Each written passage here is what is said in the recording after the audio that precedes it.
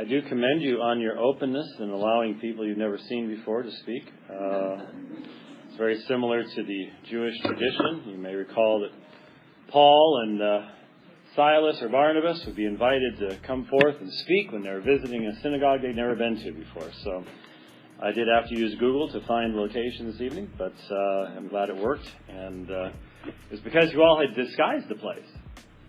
You changed the light post out in the parking lot, and that's just enough to just completely throw some of us off. So it is good to be back, though I will admit that being at 7,500 feet in Colorado for lengthy periods of time, it's nice and cool. Nice cool breezes and short afternoon showers. Lots of green stuff. Very, very different than here. But we're back. So I actually, if you'd like to turn your Bibles to the Psalter, Psalm 2. Actually, I looked at. I made plans to use this text, and then afterwards I started thinking, and I went, where are we in the Psalter? I was a little concerned that maybe last week or something you all did Psalm 2, and this was going to be bad. But actually it was probably the first week that I missed, which I think I missed the Wednesday before I left. So that may be why. But hopefully taking a little different tack, even if I don't, it would be at least an educational and interesting experience to compare. The comments, given that Pastor Fry and I did not discuss any of these things, there was no collusion or anything like that. But I started thinking today, it's sort of hard not to at this point in our culture and nation's history, of texts where God addresses men, and especially kings and rulers and those in positions of authority who purposefully stand against God and against His ways. And there are texts.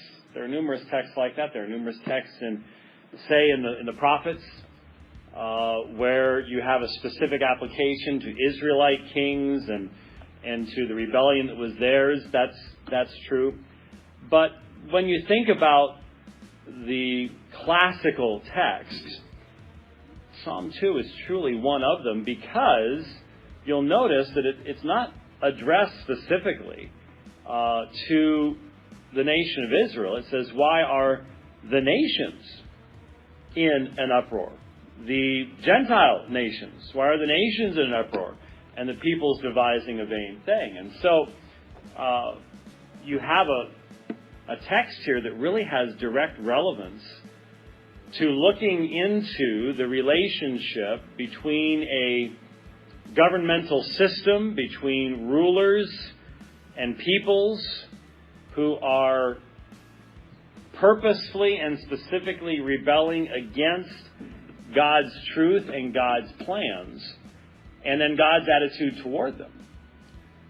And Psalm 2 addresses that, so let's read through it again. Why are the nations in an uproar and the peoples devising a vain or empty thing?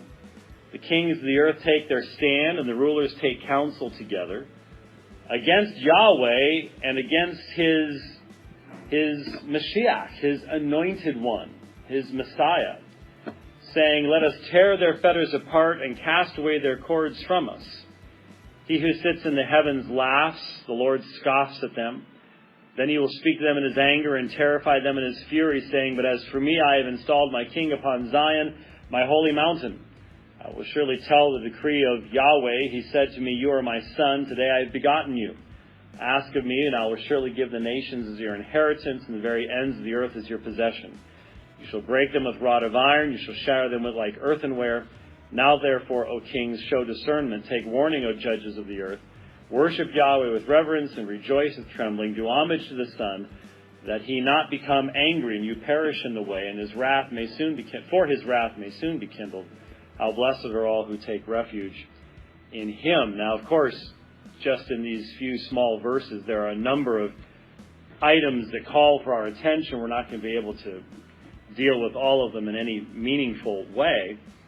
But right at the beginning, we really get an idea of the background here. You have the nations in an uproar, and the peoples, and probably peoples and nations very often in Hebrew poetry, it's a form of parallelism where you're expanding upon the meaning of something. We're primarily talking about the Gentile nations throwing off the rulership of God, and that leads us immediately, before we can even think about the kings of the earth and the rulers and stuff, they are taking counsel against Yahweh and His anointed.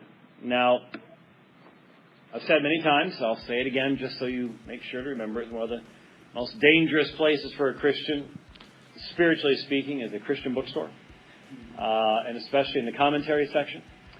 And if you were to look up the various commentaries, especially more modern commentaries, but even some of the older ones, you'll be immediately faced with a number of discussions of, well, what did this phrase mean? We will be inappropriately warned against just automatically reading one particular understanding into the term, looking backwards through New Testament eyes. Yes, I understand the warning. We need to first understand what it said to its original audience and then allow for fulfillment and things like that. But some of the options, there's really only three when you think about it. One is the anointed as in the people of Israel as a whole. And there are some places in Isaiah where the people of Israel are viewed in this way, even as the servant of the Lord in some contexts. Or, more specifically, in the king of the people of Israel, because the king would be anointed, and so he would have that position of leadership. And so that's understandable on that level. And of course, you go down to... I have verse 6, but as for me, I have installed my king upon Zion, my holy mountain. He said to me, you are my son, today I have begotten you.